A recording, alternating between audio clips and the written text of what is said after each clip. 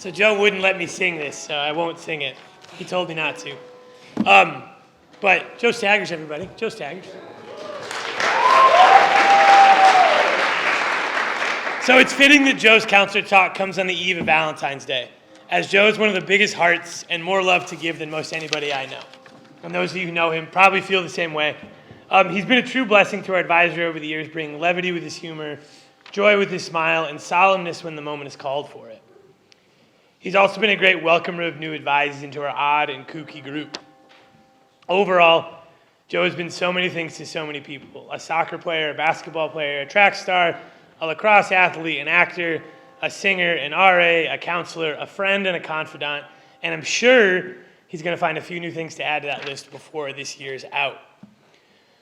Joe, I've been impressed with your willingness to not only try a whole bunch of different hairstyles in 4 years,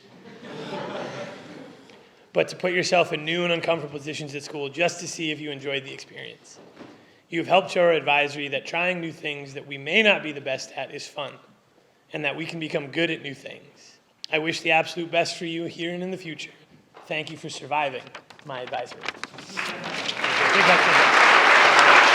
Hello, and for those of you who don't know me, my name is Joseph, and I have a story to tell and a point to make.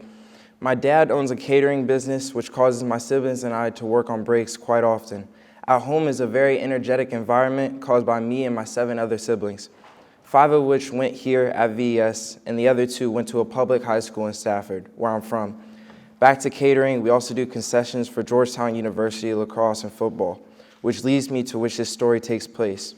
I was in the 8th grade going to a public middle school in Stafford County. It was a Saturday morning where we, my brothers and I, had to go to Georgetown that day to help with the concessions. When we got to the warehouse, the employees showed up later and we packed the U-Haul truck with the equipment and left for Georgetown. One of the employees who rode with us, his name was Andre, had been working for my dad for a while now. Aside from that, I remember one more thing that day. Andre was working with the fryer doing chicken tenders and fries, and we were having a conversation about his high school life, and looking back, I admit that I was kind of being rude to him.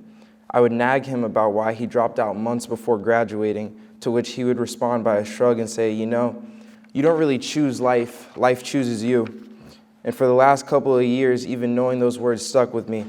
The fact that I don't know, the fact that there's only so much I can do to prepare myself for what happens next, but ultimately, it matters about the moment, the now. The reality is that life makes slowing down hard already. From breakfast to school to sports to dinner to study hall, we are stuck in this loop that keeps us moving forward, not giving us the time to just stop and look around. My dad would always tell me to breathe when I was a kid. I would get caught up in certain moments, always trying to get to the next thing, whether that be wanting to go play outside after I finished my homework or just video games after cleaning. I remember one time when we as a family were all sitting together at the table in the kitchen, but the football game was happening in the other room. I sat down at the table next to my dad, legs bouncing in eagerness to get back up because they were in overtime. My dad puts his arm around my shoulder and says, "Breathe, Joe. The game's not going anywhere." Which, I mean, yeah, looking back, the game wasn't overtime. But the main point was that I was so excited to get back to the game that I didn't even cherish the fact that my family were all gathered here at this table. And now that I think about it, I could have just watched the replay or highlights after the game. But family, there is no highlights or replay. You only have so many unknown minutes to spend with them. Same goes for friends. So with that, learn to cherish the people around you, to love people who may or may not even love you. 1 Corinthians chapter 13, verse 4. Love is patient, love is kind, it is not envy, it is not boast, it is not proud. Ephesians chapter 4, verse 2. Be completely humble and gentle, be patient, bearing with one another in love. And just like what Andre said, I can't control what happens in my future. I can only control what I do in the moment. I could study for a test all week and still be worried about the test tomorrow, but I'll save tomorrow's worries for tomorrow's me and live in the now. Thank you, Mom, Dad, Nathan, Michelle, Aaron, Ashley, Josh, Dale, and Rachel, and thank you all for listening.